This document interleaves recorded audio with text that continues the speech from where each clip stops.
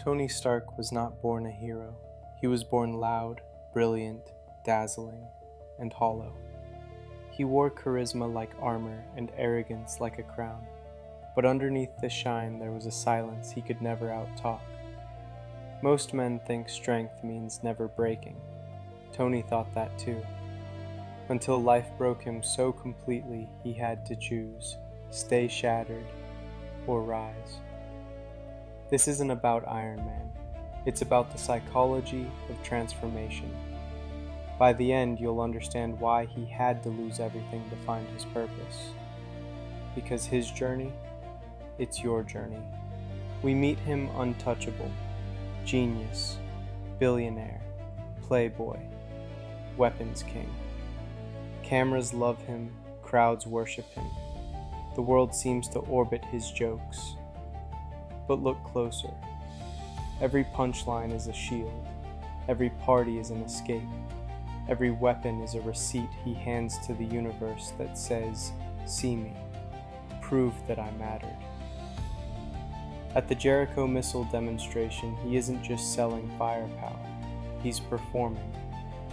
He laughs while showcasing what ends lives from a distance. And under the spotlight, you can almost see the shadow. A boy still chasing the approval of a father who never said the words he needed. He confused achievement with affection, applause with love. That's why his ego isn't confidence, it's compensation. And yet, with Pepper, the mask slips. He softens. You see the human being inside the armor he hasn't built yet.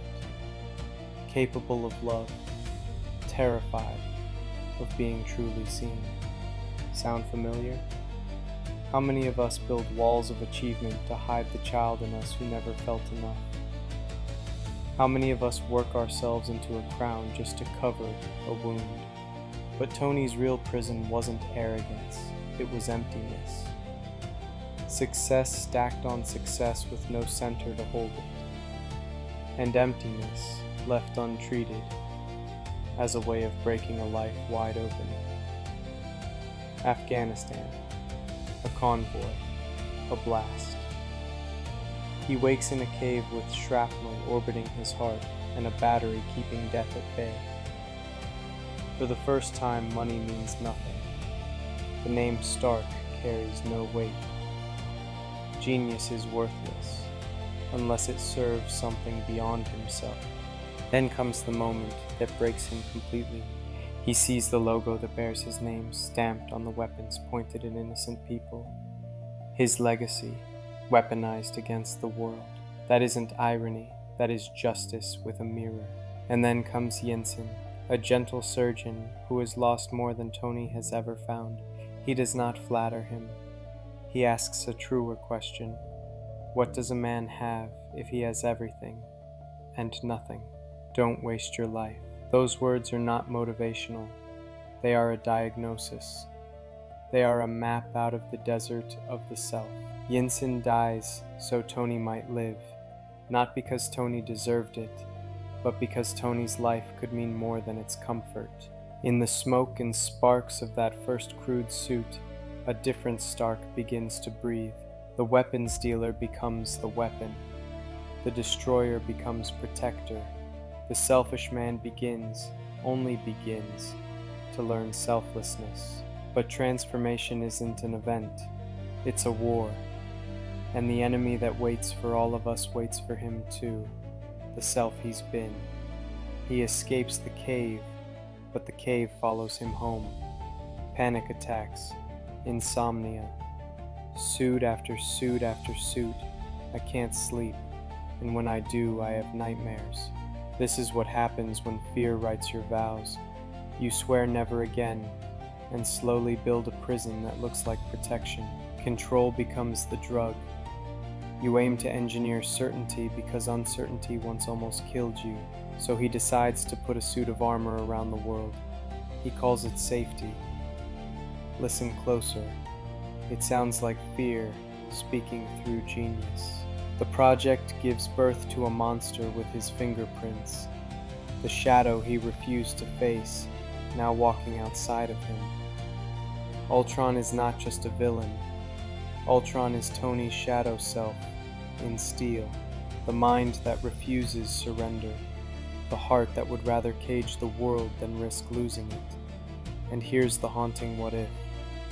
If he stayed on that path, if control kept steering the ship, his greatest failure wouldn't be a chapter, it would be the epitaph. Here lies a man who tried to save the world by caging it. You cannot control your way to meaning. You cannot armor your soul into purpose. You can build 1,000 exoskeletons and never touch the bone of who you are. Tony thought being Iron Man meant saving everyone, alone. But purpose is not control. Purpose is surrender.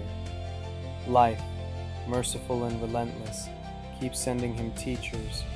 One of them is a kid from Queens. Peter looks at Tony the way Tony once looked at his father, with awe and hope and the dangerous belief that heroes are invincible. Tony could repeat the pattern, be absent, be impressive from a distance, but he chooses proximity. He chooses to guide. If you are nothing without the suit, you shouldn't have it. He says it to a teenager, but he is talking to himself. Strip away the armor, what remains? Character or costume? Love or performance? This is how broken men begin to heal, by becoming for others what they needed and never received. Mentorship becomes medicine. Responsibility becomes redemption. There is another teacher he meets on a stolen afternoon when time bends. He meets his father as a man. Not the myth, not the ghost. A nervous, soon-to-be dad fumbling through courage and cigarettes, worried he'll fail his child. They talk about duty, about the cost of ambition, about the seconds we can't buy back. Tony shakes the hand of the man he's been chasing all his life, and realizes the distance had always been shorter than his pain made it seem. Closure doesn't change the past, it frees the present. It loosens the fist he's kept around control. And then, as if the universe is testing whether that freedom is real, the day arrives when love asks for everything. The universe fractures, friends fall, hope thins to a thread. He has built more suits than most men build excuses, but none of them can carry what must be carried now. Everything he was comes down to this: 4 words. A lifetime inside 4 words. I am Iron Man. The first time he said them, it was defiance, a refusal to hide. The last time it is surrender, a refusal to let others pay the bill his love can settle. The playboy, the prisoner, the genius, the father. All that he is converges in a single act of self-giving. He doesn't just die as Iron Man, he dies free, because for the first time, his life means more than himself. And the world he saves will never know the full weight of what it cost. But a little girl will remember bedtime words that sound like forever. Legacy is not technology. Legacy is love. Tony Stark's story is not your entertainment. It is your mirror. Maybe your cave is not carved in rock. It's an office with lights that hum, and a chair that steals your spine. Maybe your shrapnel is a sentence someone threw at you years ago that still sits too close to the heart. Maybe your battery is the busyness you use to postpone the truth. Maybe your Ultron is perfectionism, the control strategy that is quietly burning down your relationships. Maybe your shadow smiles when you say you're just being responsible. Maybe the child you needed is standing in front of you, a son or daughter, a younger coworker, a student, a stranger, waiting for the version of you that doesn't flinch from presence. Hear me. The question is not whether life will break you. It will. The question is what you do with the broken pieces. Will you build higher walls and call them wisdom? Will you bolt more plates to your chest and call it strength? Will you try to armor the world because you don't know how to open your hands? Or will you do the terrifying, liberating thing and surrender the mask? Will you allow love to turn your fear into responsibility, your pain into purpose, your gifts into service? Transformation isn't about becoming someone new. It's about finally becoming who you were meant to be when the noise is gone. That is the message of Tony Stark. Not that a man built a suit and learned to fly, but that a man laid down everything and learned to live. If you're still here, you're part of the few who are hungry for that kind of change. Subscribe, because this is where we turn stories into strength and strength into service. Tell me the next character you want me to break down and why their struggle looks like yours. The world doesn't need another Tony Stark.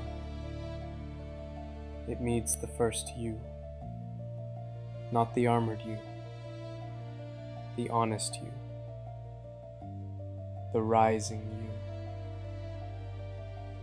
And remember, you are worthy to rise.